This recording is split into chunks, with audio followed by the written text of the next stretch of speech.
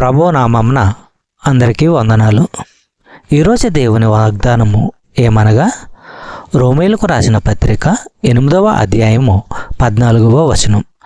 దేవుని ఆత్మచేత ఎందరూ నడిపింపబడుదురో వారందరూ దేవుని కుమారులై ఉందురు.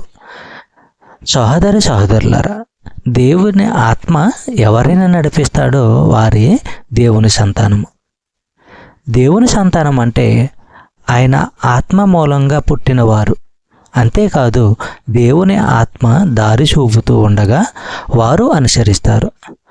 దేవుని ఆత్మ ఎప్పుడు విశ్వాసులను స్వార్థం నుంచి, పాపం నుంచి దూరంగా నడిపిస్తాడు. ఈ వాక్యమును మనము పరిశీలించినట్లయితే పౌలు విశ్వాసులను దేవుని సంతానము అంటున్నాడు.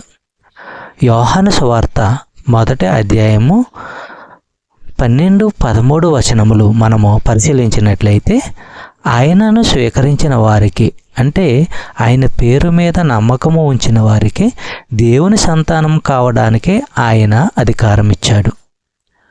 వీరు రక్తం వల్ల కానీ, శరీరేచ్ఛ వల్ల కానీ, మానవ సంకల్పం వల్ల కానీ కాక దేవుని వల్లే పుట్టినవారు.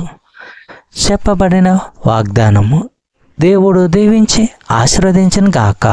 ఆమేన్.